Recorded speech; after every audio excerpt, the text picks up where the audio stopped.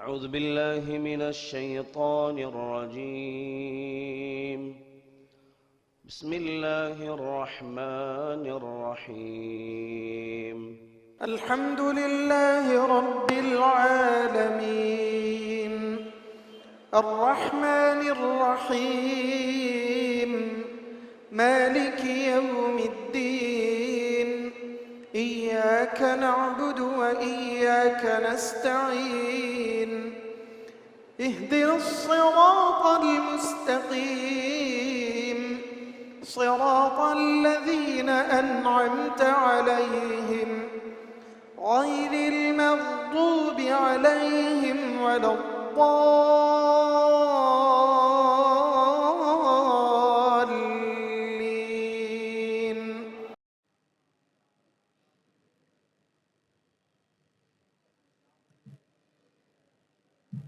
அஸ்ஸலாமு அலைக்கும் வரஹ்மத்துல்லாஹி வபரகாத்துஹு. திருமண நிகழ்ச்சி இனிதே துவங்குகிறது. நிகழ்ச்சியின் துவக்கமாக இறைமறையை ஓதி துவக்கி வைக்கிறார் அல் ஹாஃபில் முஹம்மது அலி அவர்கள்.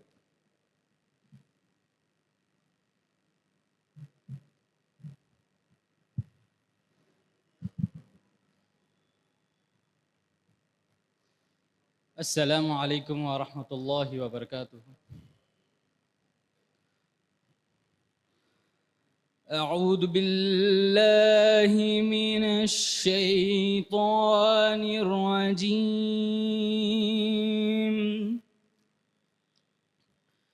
بسم الله الرحمن الرحيم.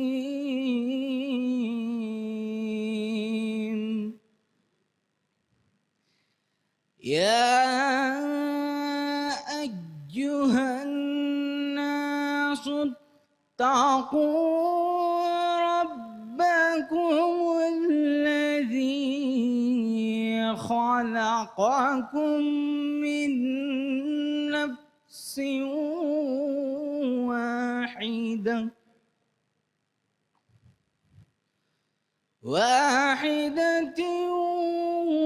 وخلق منها زوجها وبث منهما رجالا كثيرا ونساء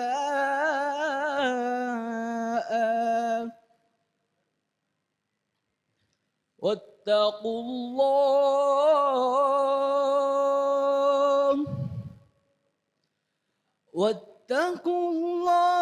الذي تساءلون به والأرحام إن الله كان عليكم رقيبا. وآتوا اليتامى أموالهم ولا تتبدلوا الخبيث بالطيب ولا تأكلوا أموالهم إلى أموالكم إنه كان حوبا كبيرا. صدق الله العظيم.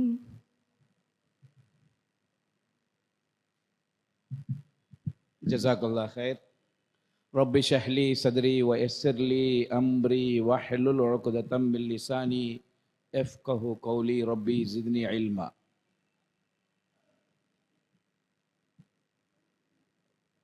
ومن آياته أن خلق لكم من أنفسكم أزواجا لتسكنوا إليها وجعل بينكم مودة ورحمة إن في ذلك لآيات لقوم يتفكرون. அருமையான மாலை பொழுதினிலே இந்த திருமண நிகழ்ச்சிக்கு வருகை தந்திருக்கக்கூடிய உற்றார் உறவினர், உள்ளூர் வெளியூர் அன்பர்கள், தொழில் நிமித்தம் இந்த இருமண வீட்டாரோடு தொடர்போடு இருக்கக்கூடிய நல்ல உள்ளங்கள், ஜமாத்தார்கள் அனைவர்களையும் அஹ்லம் வஸஹ்லா, மர்ஹபன் அஹ்லம் வஸஹ்லா என்ற வரவேற்று இந்த நிகழ்ச்சிக்கு உள்ளே செல்வோமாக. பொதுவாக மனித வாழ்க்கையின் ஓட்டத்தில் சில கட்டங்கள் வாழ்வின் நிறைவை வகுக்கும் திருப்புமுனையாக அமைந்து விடுகிறது. அவற்றில் ஒன்றாகத்தான் இந்த திருமணம் பிரத்யேகமாக நோக்கப்படுகிறது. மனிதனின் மன உறவுகளுக்கும் மார்க்க பொறுப்புகளுக்கும் இடையே ஒரு பாலமாக விளங்குவது இது போன்ற திருமண விஷயங்களாகும். இஸ்லாம் மனித வாழ்க்கையின் ஒவ்வொரு பரிமாணத்தையும் ஒழுங்குபடுத்தும் புனித மார்க்கமாகும். அந்த மார்க்கத்தின் உத்தரவுகள் திருமணத்திற்கு உயரிய இடத்தை வழங்கிவிடுகிறது. திருமணம் என்பது வெறும் சமூக ஒப்பந்தமோ அல்லது பண மதிப்பில் கணக்கிடப்படும் உறவோ அல்ல. இஸ்லாத்தின் பார்வையில் திருமணம் என்பது அன்பிலும் கருணையிலும் வேரூன்றிய உறவாக அமைந்து விடுகிறது. மார்க்கத்தின் நெறிபாதையில் நடக்கும் அழகிய மன ஒப்பந்தமாகவும் அமைந்து விடுகிறது. சமூகத்தின் கட்டுமானத்தில் கண்ணியமான களமாகவும் இது போன்ற திருமணங்கள் அமைந்து விடுகிறது. ஆகவே தான் அல்லாஹ் சுப்ஹானஹு தஆலா தன்னுடைய வசனங்களிலே மேலே நான் குறிப்பிட்ட வைகளில், நீங்கள் அவர்களிடம் ஆறுதல் பெறுவதற்குரிய மனைவியரையே உங்களிலிருந்தே உங்களுக்காக அவன் படைத்திருப்பதும் உங்களுக்கிடையே உவப்பையும் கிருபையும் உண்டாக்கியிருப்பதும் அவனுடைய அத்தாட்சிகளில் உள்ளதாகும். சிந்தித்து உணரக்கூடிய சமூகத்திற்கு நிச்சயமாக இதில் பல அத்தாட்சிகள் இருக்கின்றன என்ற இந்த திருமண வசனம் திருமணம் என்ற புனித உறவு எதை கொண்டு அமையப் போகிறது என்பதை விளக்கும் தூய வழிகாட்டுதலாகும். திருமணம் வெறும் உடலியல் விருப்பங்களை பூர்த்தி செய்வதற்கான உரிமை மட்டுமல்ல, இது மன அமைதிக்கான அழகிய வாசல், மறுமை நோக்கிய பயணத்தின் ஒத்துழைப்பு. சமூகம் என்ற விருட்சத்திற்கு வித்தாக அமைவது குடும்பம். குடும்பம் என்ற நிறுவனத்தின் நுழைவாயில் தான் திருமணமாகும்.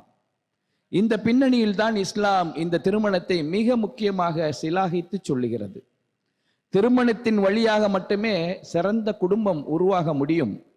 அந்த குடும்பம் ஒவ்வொன்றும் தன்னிச்சையாக வாழும் தனி மனிதர்களை கொண்டு அல்ல, மார்க்க ஒழுக்கத்தில் ஒன்றிணைந்த அன்பும் பொறுப்பும் கொண்ட உறவுகளாக உருவாக்கி விடுகிறது. அந்த உறவுகளால் தான் இஸ்லாம் கனவு காணும் நல்ல சமூகத்தை தோற்றுவிக்க முடிகிறது. இஸ்லாத்தின் சமூக கொள்கையில் ஒருவரின் நற்குணம் தனிப்பட்ட நலனை மட்டுமல்ல, சமூக நலனையும் உறுதி செய்ய வேண்டிய தலையாய கடமையை எடுத்து விடுகிறது. அந்த துவக்க நிலை ஆரம்பம்தான் இத்தகைய திருமணம். இப்பேற்பட்ட சிறப்பான திருமணத்திற்குள்ளே அந்தஸ்தை அல்லாஹ்வும் தூதரும் சொல்லி தந்தார் போல ஒரு எளிய திருமணம் இங்கே நடைபெற இருக்கிறது. அந்த திருமணத்தின் ஊடாக ஆரம்பமாக இந்த மணமக்களுடைய குடும்பத்தாரை அறிமுகப்படுத்தி வாழ்த்துறைக்குள் செல்வோமாக.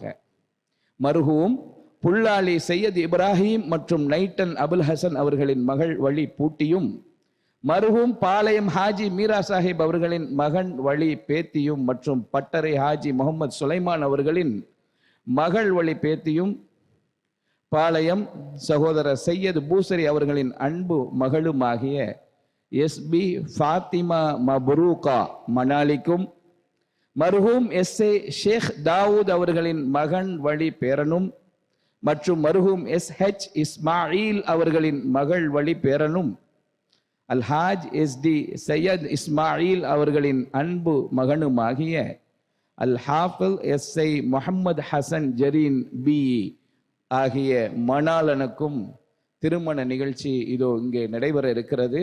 நிகழ்ச்சியின் முன்பாக திருமண வாழ்த்துறை வழங்க வருகிறார்கள் கண்ணியத்திற்குரிய அல் ஜாமியா அல் அஸ்ஹர் ஜும்மா மஸ்ஜிதுடைய ஹத்தீப் ஷேக் அப்துல் மஜீத் அவர்களை குத்பா பேருரை வழங்குமாறு அன்போடு அழைக்கிறேன்.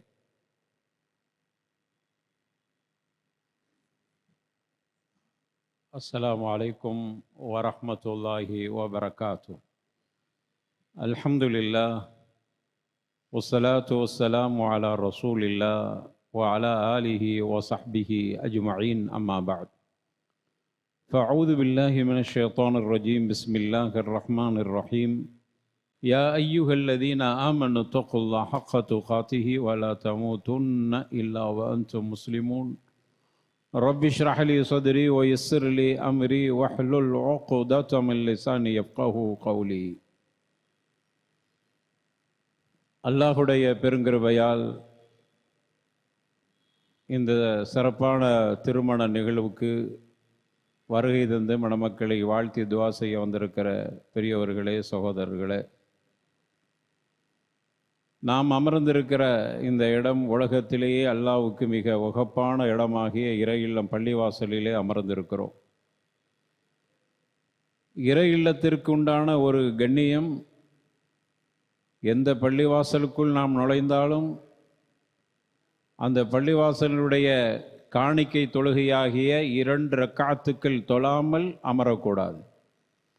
அல்லாஹ்வுடைய தூதர் ரசூலுல்லாஹி ஸல்லல்லாஹு அலைஹி வஸல்லம் அவர்கள் குறிப்பிடுகிற பொழுது, இதா தகல அஹதுக்கும் ஃபில் மஸ்ஜிதி யுஸல்லி ரக்அத்தைனி கப்ல அன் தஜ்லிஸ, உங்களில் யாராகிலும் பள்ளிவாசலுக்குள் நுழைந்தால் 2 ரக்காத்துக்கள் தஹிய்யத்துல் மஸ்ஜித் என்கிற காணிக்கை தொழுகை தொழுத பிறகு அமருங்கள் என்று ரசூலுல்லாஹி ஸல்லல்லாஹு அலைஹி வஸல்லம் குறிப்பிட்டிருக்கிறார்.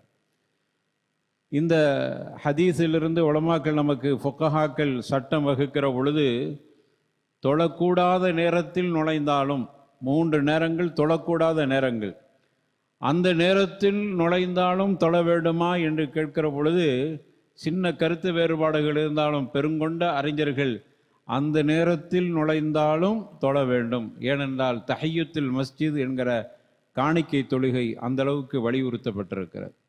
எனவே அந்த விஷயத்தில் கவனம் எடுத்துக்கொள்ள வேண்டும் என்று உங்களுக்கு முதல்ல நான் அறிவுரை சொல்லிக் கொள்கிறேன். அடுத்து திருமணத்தை பற்றி அல்லாஹ் குர்ஆனிலே சொல்கிற பொழுது, ஒமின் ஆயாத்திஹி அன் கலகலக்கும் மின் அன்ஃபுசிக்கும் அஸ்வாஜல் லிதஸ்குனு இலைஹா வஜஅல பைனக்கும் வத்தத்தன் ரஹ்மா என்று அல்லாஹ் குறிப்பிடுகிறான். இதுதான் திருமணத்தினுடைய முக்கிய அம்சம் இந்த வசனத்துக்குள் தான் இருக்கிறது. அதனால தான் அல்லாஹ் சொல்கிற பொழுது ஒமின் ஆயாத்திஹி, அல்லாஹுடைய அற்புதங்களில் ஒன்று.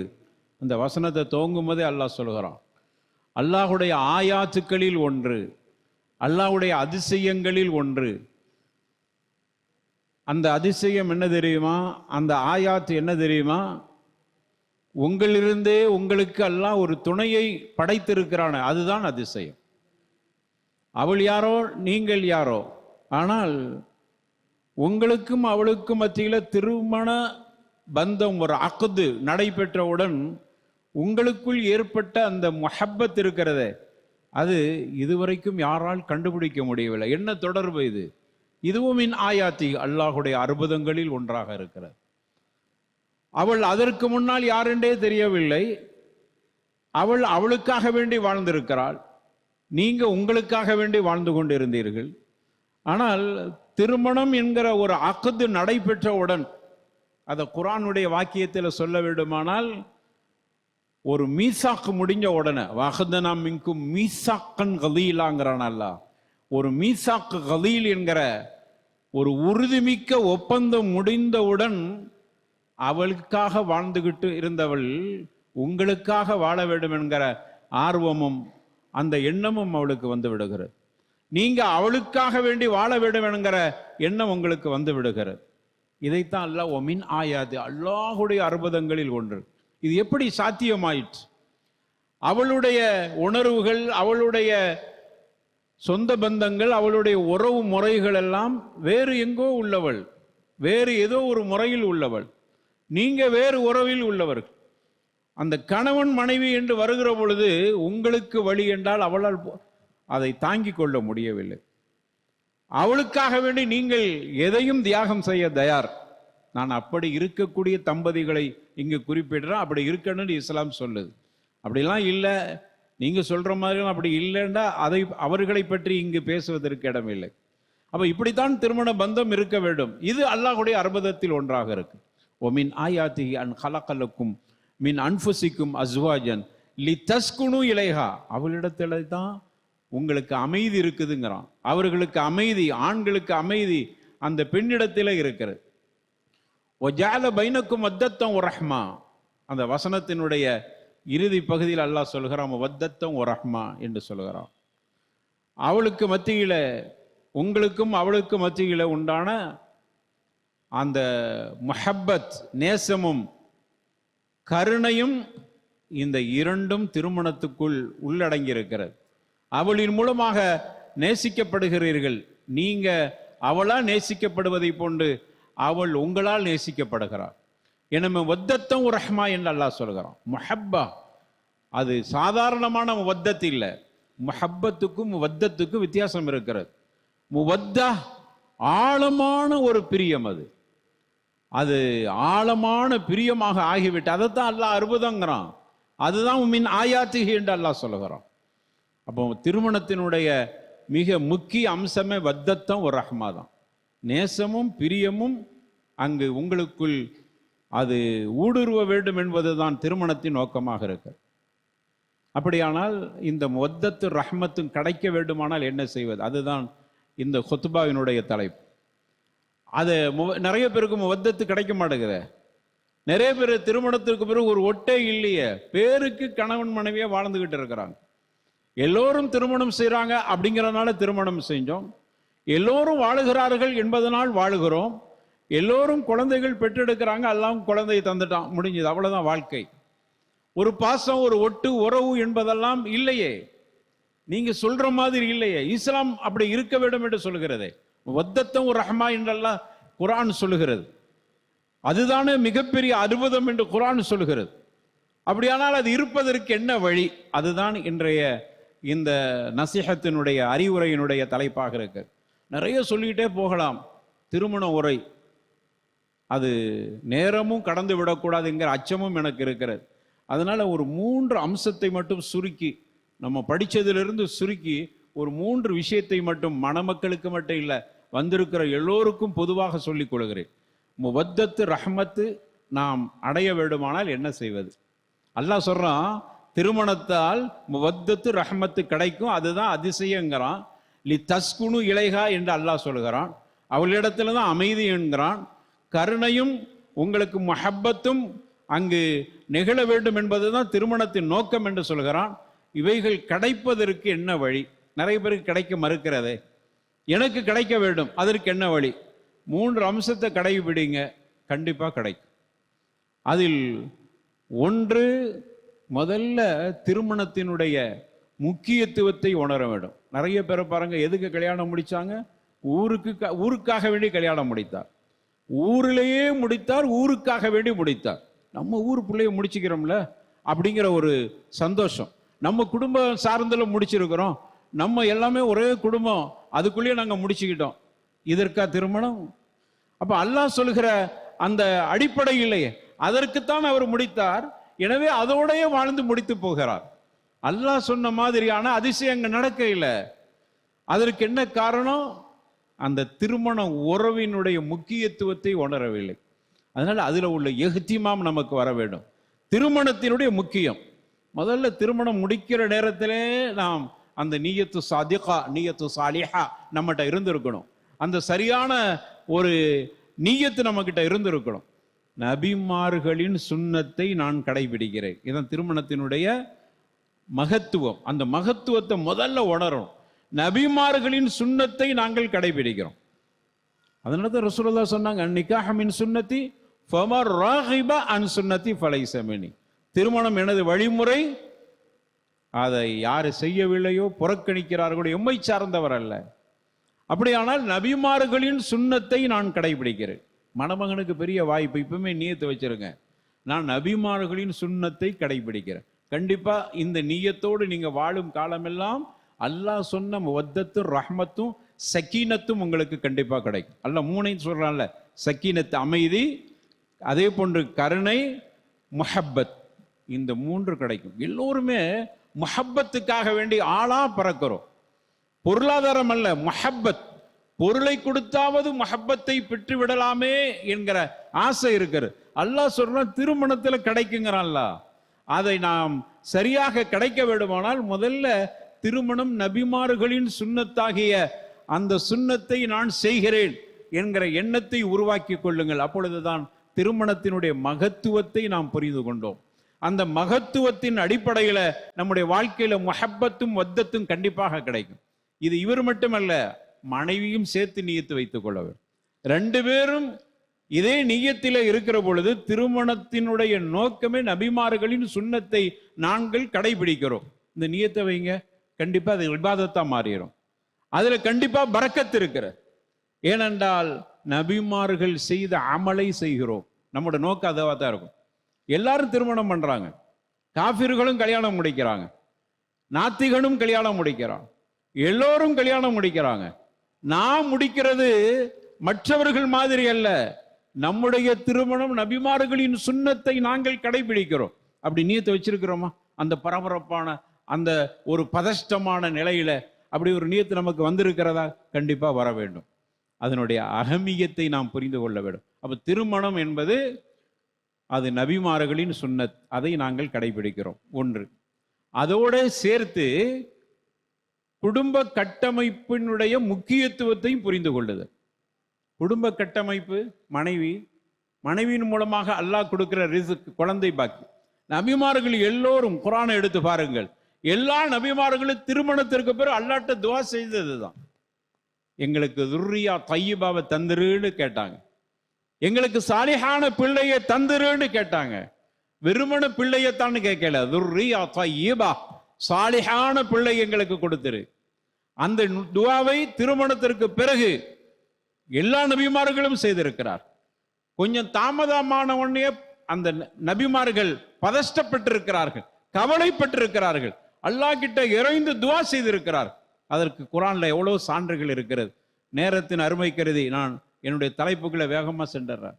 அப்போ அதனால குடும்பத்தின் மூலமாக அல்லாஹ் நமக்கு தருகிற குழந்தை பாக்கியம், இதனுடைய மகத்துவத்தை புரிந்து கொண்டால் நமக்கு மத்தியில சண்டை சச்சரவு வராது. இன்னைக்கு பாக்குறோம், லேசா பிடிக்கலன்னா லேசா ஒதுங்கிட்டு போயிடுறாங்க. அவர் யோசிப்பது இல்லை, நம்மை சார்ந்த பிள்ளைகள், நாம் பெற்றெடுத்த பிள்ளை, என் மூலமாக அல்லாஹ் கொடுத்த ரிஸ்க்கு, அவர்களுடைய நிலை என்ன ஆகுது?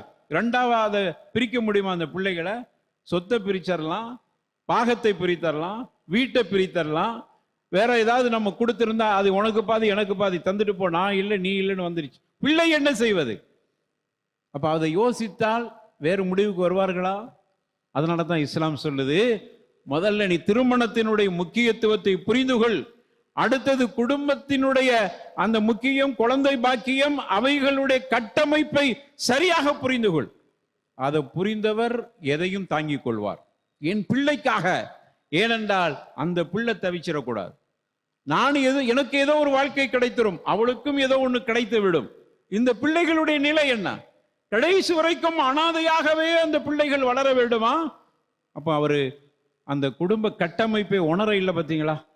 அப்ப அதனால தான் வத்தத்து ரஹ்மத்து கிடைக்காமலே ஆகிவிடுகிறது. அப்ப அதனால் முதல் அம்சமாக நபிமார்களுடைய சுன்னத்தை நாங்கள் பின்பற்றுகிறோம். அடுத்து குடும்ப உறவுகளும் கட்டமைப்புகளையும் உருவாக்குவதற்கு திருமணம் செய்கிறோம். உஸ்ரா என்று சொல்லலாம், ரொம்ப லேசான வார்த்தை அரபியில உஸ்ரத். அந்த குடும்ப கட்டமைப்பு என்று சொல்கிறோமே, அந்த கட்டமைப்பின் நோக்கத்துக்காக வேண்டிதான் திருமணம். நபிகள் நாயகம் ஸல்லல்லாஹு அலைஹி வஸல்லம் சொன்னாங்களே, நீங்க கல்யாணம் முடிங்க, குழந்தைகளை பெற்றெடுங்க, அதன் மூலமாக நாளை மறுமையில தனாக்கஹு வ தவாலது வ தகாஸரு வ இன்னி பிக்குமுல் உம்மம யௌமல் கியாமா வல பிஸக், நாளை மறுமையில எனக்கு என்னுடைய உம்மத்து அதிகமாக இருப்பதை மகிழ்ச்சி அடைகிறேன். அதான் குடும்ப கட்டமைப்பு. அப்படியான ஒரு நிலையை உருவாக்க வேண்டும் என்பதற்காக வேண்டிதான் திருமணம் செய்கிறோம். மணமகன் நியத்து வைத்துக் கொள்ளட்டும், மணமகள் அப்படி நியத்து வைத்துக் கொள்ளட்டும்.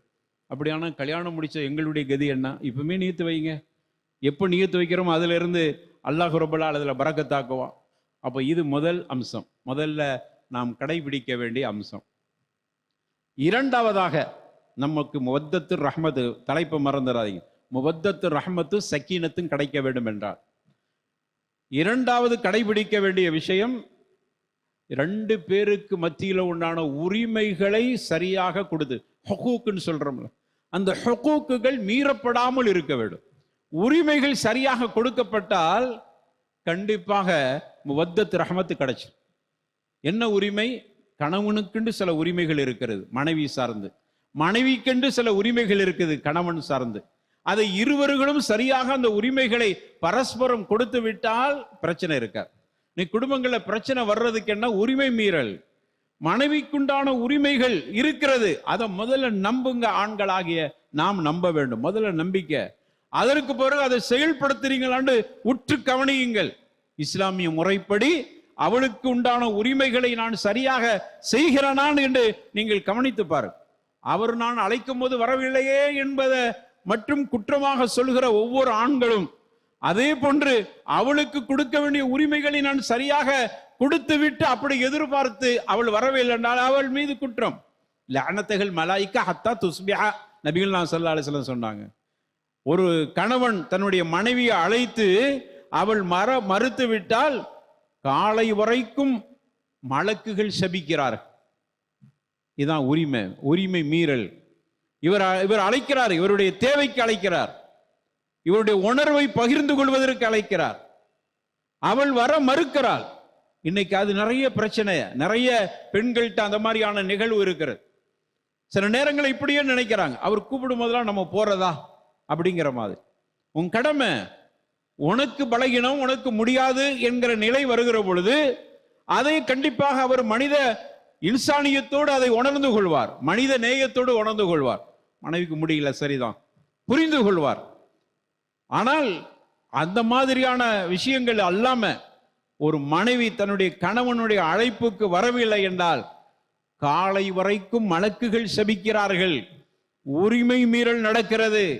கணவனுக்கு கிடைக்க வேண்டிய ஹக்கு கொடுக்கப்படவில்லை.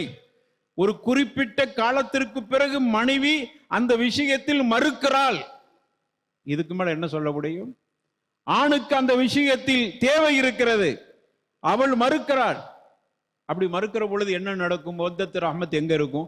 எங்க சக்கீனத் இருக்கும்? அல்லாஹ் சொன்னானே, உமின் ஆயாத்திகன் கலக்கலக்கும் மின் அன்ஃபுசிக்கும் அஸ்வாஜன் லிதஸ்குனு இலைஹா வஜஅல பைனக்கும் வத்தத்து ரஹ்மா அப்படின்னு அல்லாஹ் சொல்றானே, அது இல்லாமல் போய்விடும். குறிப்பிட்ட காலத்திற்கு பிறகு பெண் மறுக்கிறாள். இவருக்கு தேவை இருக்கிறது, அந்த தேவைக்காக வேண்டி எந்த காரியமும் செய்ய முடியாது.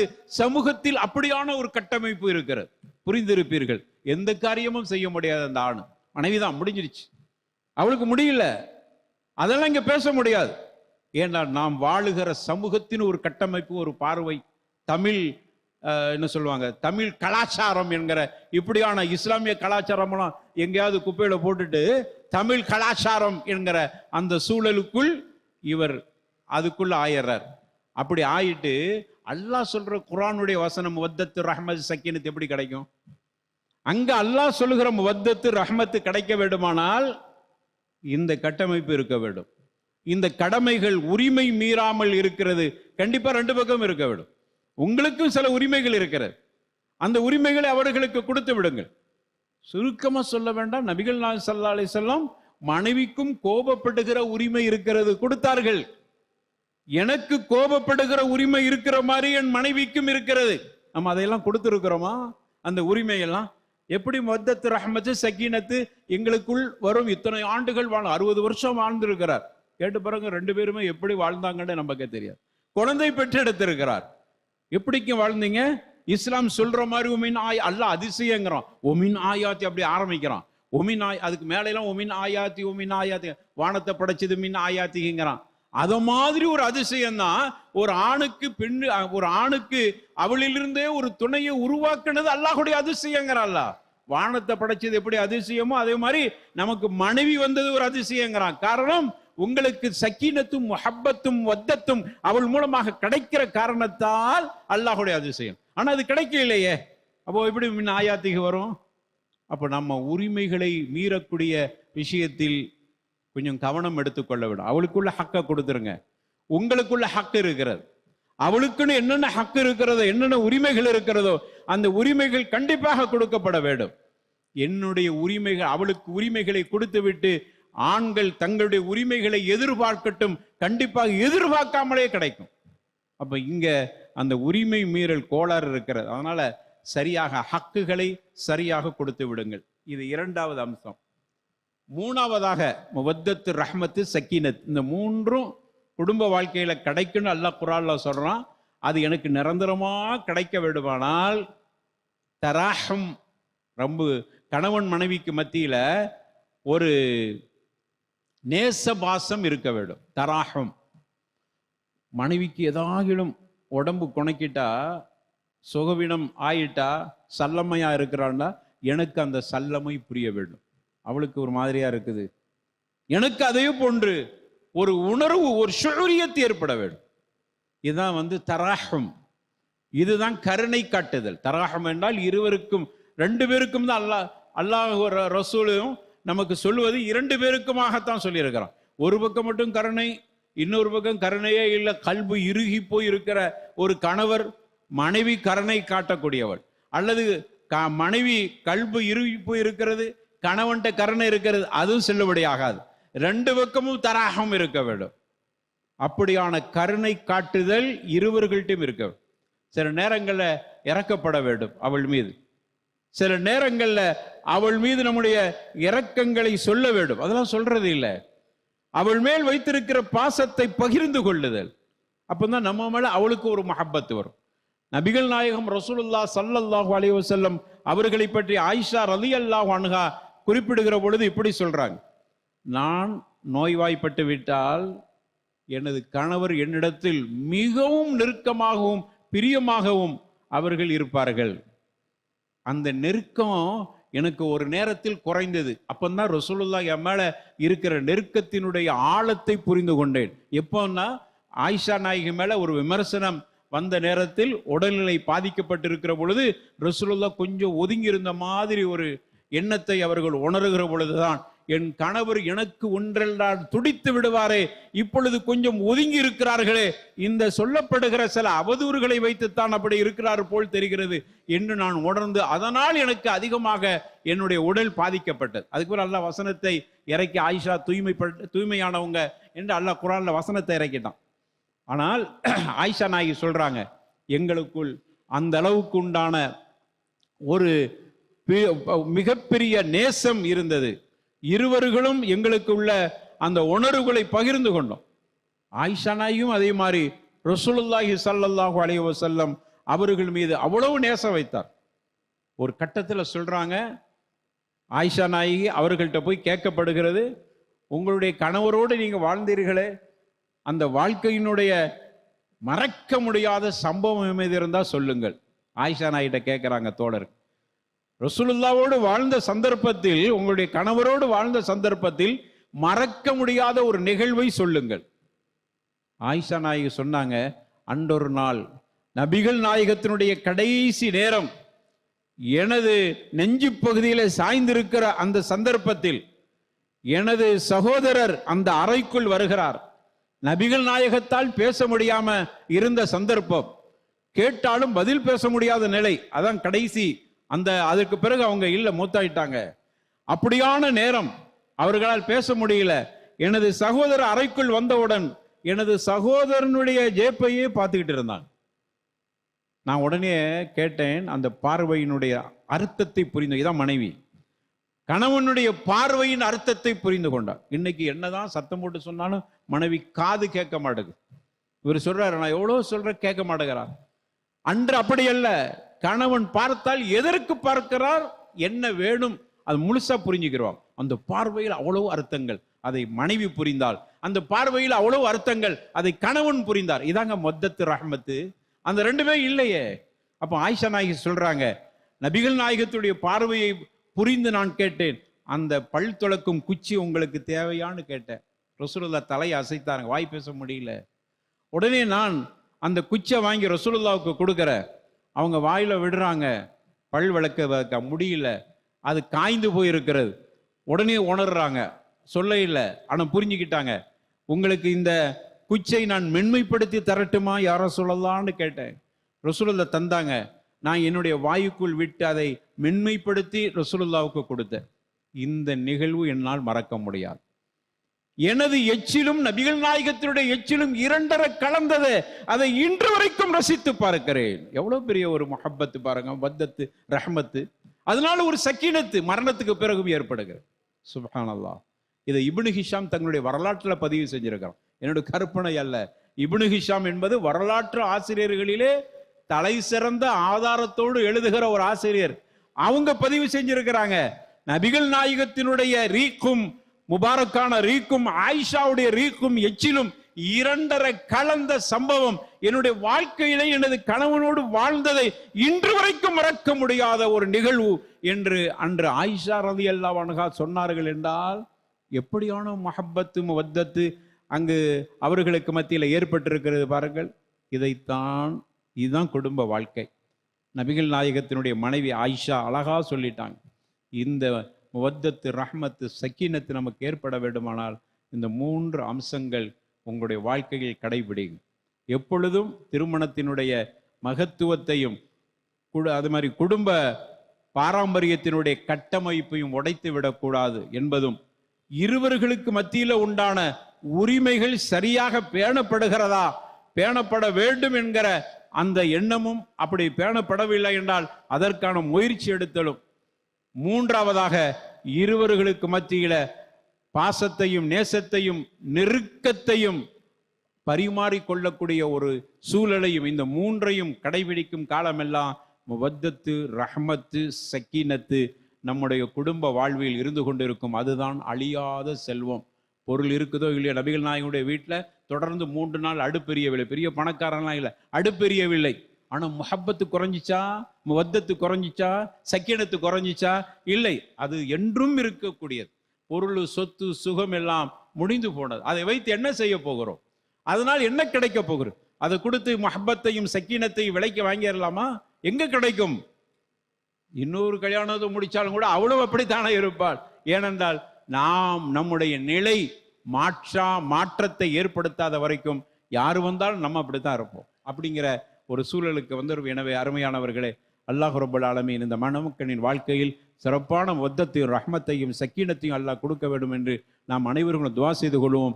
இவர்களுக்கு சாலிகான குழந்தை அல்லாஹ் கொடுப்பானாக, அபிவிருத்தியை கொடுப்பானாக, பரக்கத்தை கொடுப்பானாக, நிம்மதியை கொடுப்பானாக, குடும்பங்களில் நல்ல ஒற்றுமையும் அவர்களுக்கு அல்லாஹ் ரப்பல் ஆலமீன் கொடுப்பானாக என்று அல்லாஹ்விடத்தில் துவா செய்து இந்த உரையை முடித்துக் கொள்கிறேன். வாஹிரு தஅவானா அனில் அல்ஹம்துலில்லாஹி ரப்பில் ஆலமீன். வஸ்ஸலாமு அலைக்கும் வரஹ்மத்துல்லாஹி வபரகாத்துஹு. மாஷா அல்லாஹ், ஜஸாக்கல்லா ஹைர் ஷேக் அப்துல் மஜீத் மால்தரி அவர்களே. ஒரே ஒரு வசனத்தில் 1000 பயிர்கள் விதைகளாக பொதிந்துள்ளதை அழகுற முவத்தத் என்ற மனதை கட்டிக்கொள்ளும் அன்பு, ரஹ்மத் என்ற நெஞ்சை குளிர்விக்கும் இரக்கம், சக்கீனத் என்ற வாழ்வில் அமைதியை நல்கும் இன்பம், இதை சுற்றியே ரசூல் ஸல்லல்லாஹு அலைஹி வஸல்லம் அவர்களுடைய வாழ்க்கையை தொட்டு ரத்தின சுருக்கமாக அருமையான முறையில் உரையை ஆற்றி அமர்ந்திருக்கிறார்கள். அவர்களுக்கு நெஞ்சார்ந்த நன்றிகள். இந்த திருமண நிகழ்ச்சி ஈஜாப் கபூல் எனும் மன ஒப்பந்த நிகழ்ச்சியின் இதே துவங்குகிறது. அவர்களுடைய இரு மன வீட்டாரின் குடும்பத்தார் மற்றும் மணாளர்களை அறிமுகப்படுத்தும் பொருட்டு மர்ஹூம் புல்லாலி சையத் இப்ராஹிம் மற்றும் நைட்டன் அபுல் ஹசன் அவர்களின் மகள் வழி பூட்டியும், மர்ஹூம் பாளையம் ஹாஜி மீரா சாஹிப் அவர்களின் மகன் வழி பேத்தியும் மற்றும் பட்டறை ஹாஜி முகமது சுலைமான் அவர்களின் மகள் வழி பேத்தியும், பாளையம் சகோதரர் சையத் பூசரி அவர்களின் அன்பு மகளுமாகிய எஸ்பி ஃபாத்திமா மபரூகா மணாலிக்கும், மர்ஹூம் எஸ்ஐ ஷேக் தாவூத் அவர்களின் மகன் வழி பேரனும் மற்றும் மர்ஹூம் எஸ்ஹெச் சையத் இஸ்மாயில் அவர்களின் மகள் வழி பேரனும், அல்ஹாஜ் எஸ்டி சையத் இஸ்மாயில் அவர்களின் அன்பு புதல்வனுமாகிய அல் ஹாஃபில் எஸ்ஐ முகமது ஹசன் ஜெரீன் பிஇ மணாலனுக்கும் இதோ மன ஒப்பந்த நிகழ்ச்சி ஈஜாப் கபூல் என்ற ஒப்பந்த நிகழ்ச்சியை மணமகளின் தந்தை பாளையம் சையத் பூசரி அவர்கள் நிகழ்த்தி தர இருக்கிறார்கள். பிஸ்மில்லாஹிர் ரஹ்மானிர்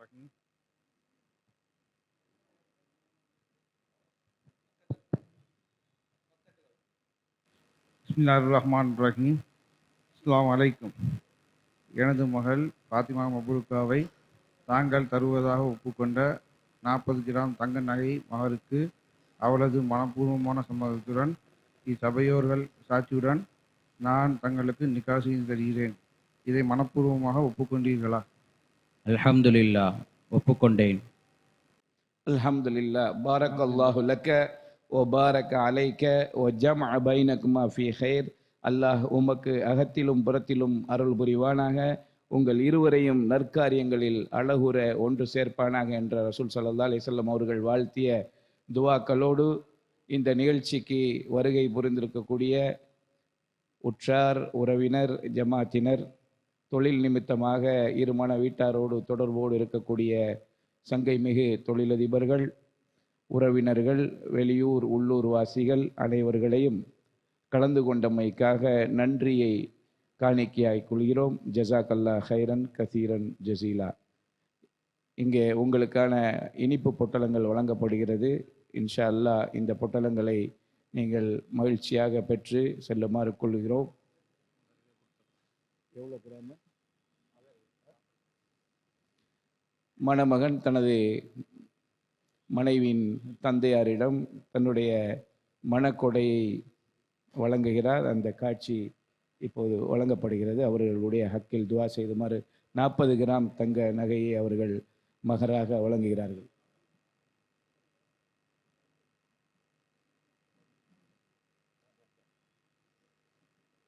அல்லாஹ் மணமக்களுடைய வாழ்க்கையில் அபிவிருத்தியை நல்வானாக, இம்மை மறுமை வாழ்க்கையை சிறப்பாக்கி தருவானாக. அவர்கள் 40 கிராம் தங்க நகையை மகராக மணக்கொடையாக மணமகன் தனது மனைவியின் தந்தை சையது பூசரி அவர்களிடம் வழங்கி கொண்டிருக்கிறார். அவர்களுக்காக துவா செய்து கொள்ளுங்கள். இந்த நிகழ்ச்சியை இறுதி செய்து கொள்வோமாக, நிறைவு செய்து கொள்வோமாக. சுப்ஹானக்கல்லாஹும்ம வ பிஹம்திக அஷ்ஹது அல்லா இலாஹ இல்லா அன்த அஸ்தக்ஃபிருக வ அத்தூபு இலைக். بسم الله الرحمن الرحيم. الرحمن علم القرآن خلق الإنسان علمه البيان الشمس والقمر بحسبان والنجم والشجر يسجدان والسماء رفعها ووضع الميزان ألا تطغوا في الميزان وأقيموا الوزن بالقسط ولا تخسروا الميزان والأرض وضعها للأنام فيها فاكهة والنخل ذات الأكمام والحب ذو العصف والريحان فبأي آلاء ربكما تكذبان خلق الإنسان من صلصال كالفخار وخلق الجان من مارج من نار فبأي آلاء ربكما تكذبان رب المشرقين ورب المغربين فبأي آلاء ربكما تكذبان مرج البحرين يلتقيان بينهما برزخ لا يبغيان فبأي آلاء ربكما تكذبان يخرج منهما اللؤلؤ والمرجان فبأي آلاء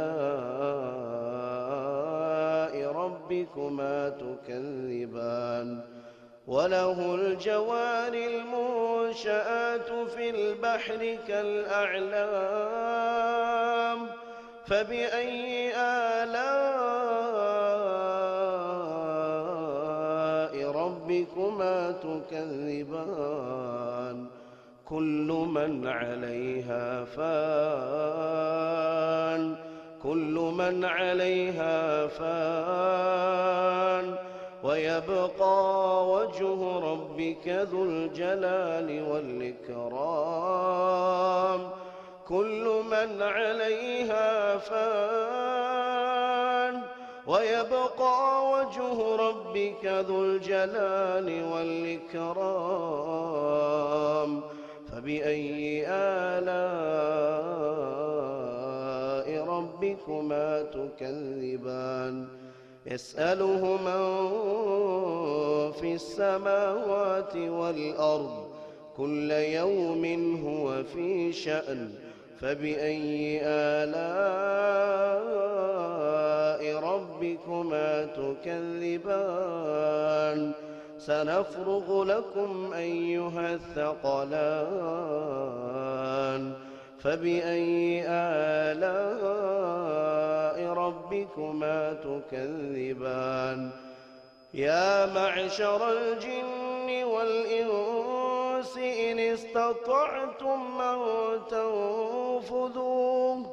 إن استطعتم أن تنفذوا من أقطار السماوات والأرض فانفذوا لا تنفذون إلا بسلطان فبأي آلاء ربكما تكذبان يرسل عليكما شواظ من نار ونحاس فلا تنتصران فبأي آلاء ربكما تكذبان فإذا انشقت السماء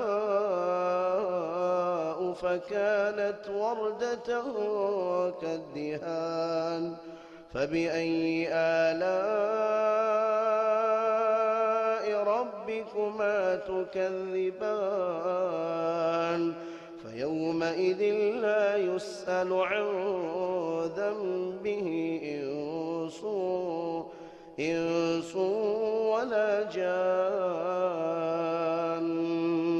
فيومئذ لا يسأل عن ذنبه إنس ولا جان فبأي آلاء ربكما تكذبان يعرف المجرمون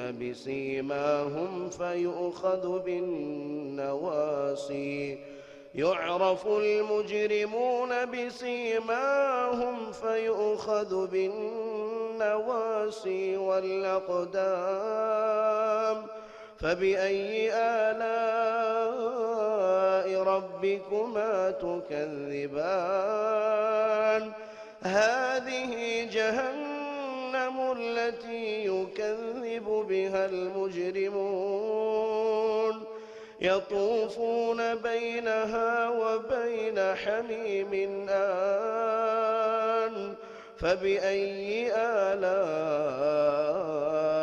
ربكما تكذبان ولمن خاف مقام ربه جنتان فبأي آلاء ربكما تكذبان ذواتا أفنان فبأي آلاء ربكما تكذبان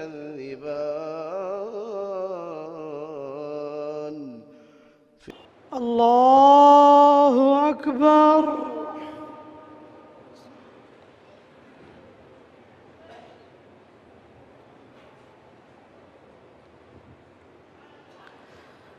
الحمد لله رب العالمين الرحمن الرحيم مالك يوم الدين إياك نعبد وإياك نستعين اهدنا الصراط المستقيم صراط الذين أنعمت عليهم غير المغضوب عليهم ولا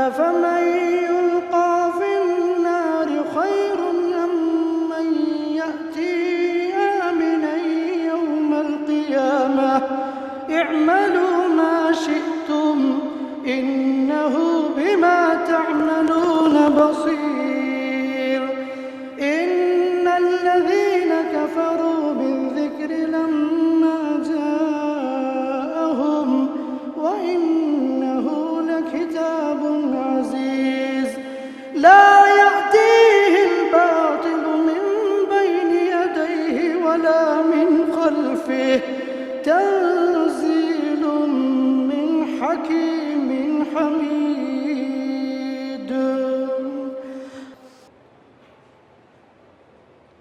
الحمد لله رب العالمين الرحمن الرحيم مالك يوم الدين إياك نعبد وإياك نستعين اهدنا الصراط المستقيم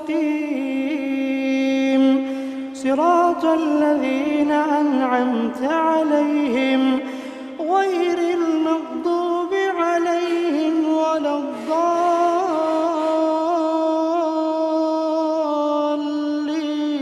الضالين آمين.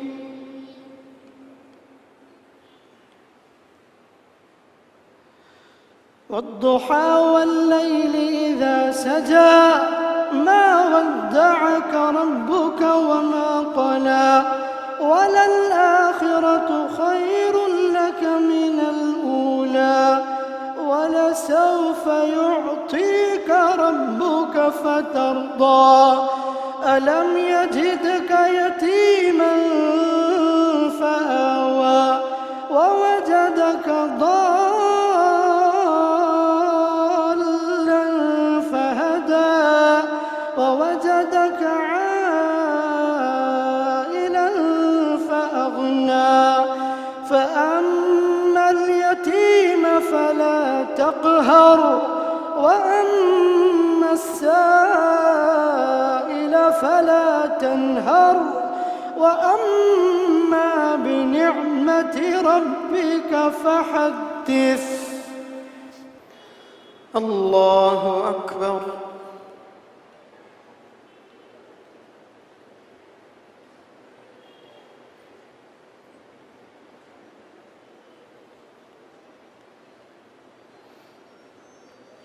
الحمد لله رب العالمين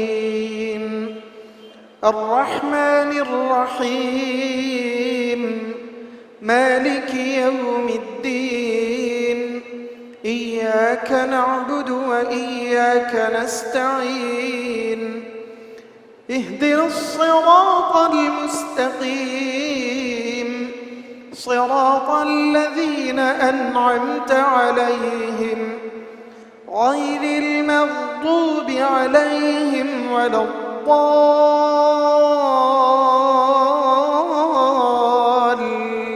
الضالين آمين.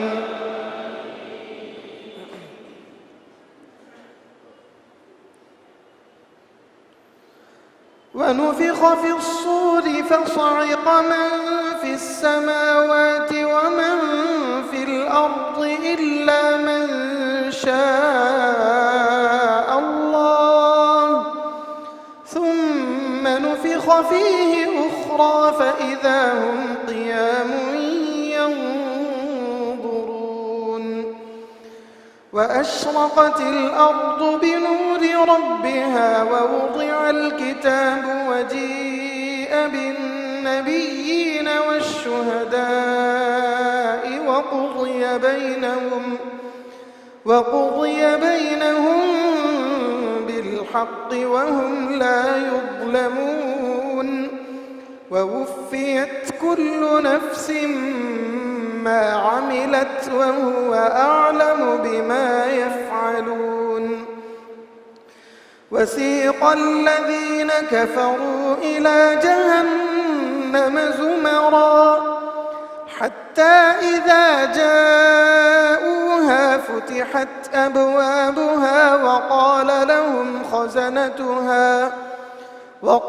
لهم خزنتها ألم يأتكم رسل منكم يتلون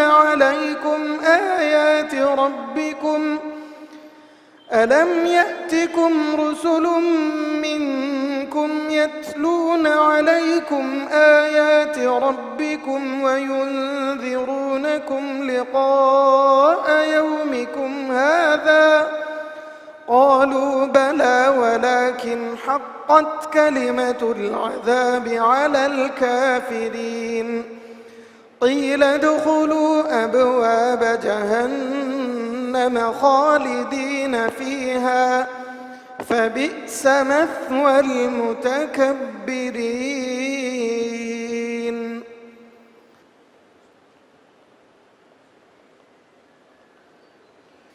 الحمد لله رب العالمين الرحمن الرحيم مالك يوم الدين إياك نعبد وإياك نستعين اهدنا الصراط المستقيم صراط الذين أنعمت عليهم غير المغضوب عليهم ولا الضالين آمين. وسيق الذين اتقوا ربهم إلى الجنة زمرا حتى إذا جاءوها وفتحت أبوابها وقال لهم خزنتها سلام عليكم طبتم فادخلوها خالدين وقالوا الحمد لله الذي صدقنا وعده وأورثنا الأرض نتبوأ من الجنة حيث نشاء فنعم أجر العاملين. وترى الملائكة حافين من حول العرش يسبحون بحمد ربهم وقضي بينهم بالحق وقيل الحمد لله رب العالمين. السلام عليكم ورحمة الله وبركاته. أعوذ بالله من الشيطان الرجيم. بسم الله الرحمن الرحيم. الحمد لله رب العالمين الرحمن الرحيم مالك يوم الدين إياك نعبد وإياك نستعين اهدنا الصراط المستقيم صراط الذين أنعمت عليهم غير المغضوب عليهم ولا الضالين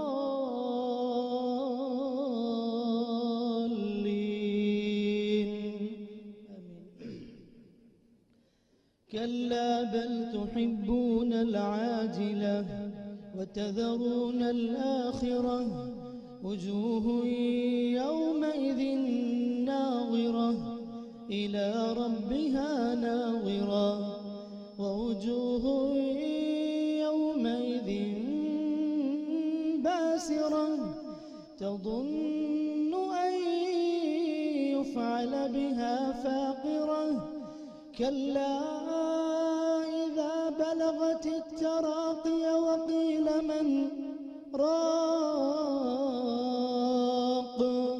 وظن